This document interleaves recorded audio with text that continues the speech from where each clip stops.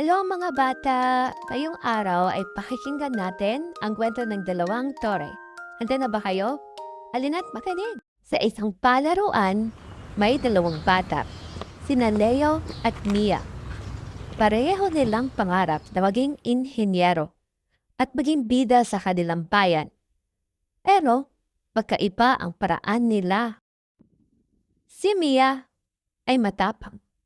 Gusto niyang magtayo ng isang makatotohanang mundo. Nung natumba ang tore niya sa putik, hindi siya sumuko. Sabi niya, Basa pala rito. inig siya sa mga kalaro niya kung nasaan ang patak na lupa. Dito siya natuto.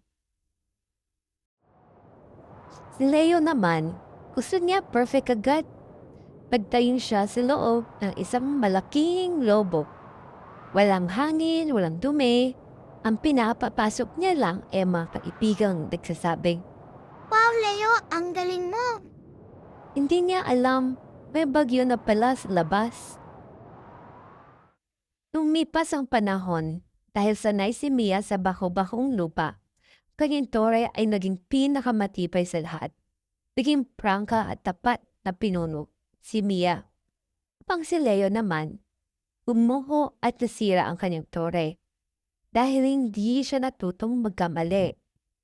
Hindi niya alam ayusin ang kanyang tore nang mabasag ang lobong nakaprotekta sa kanya.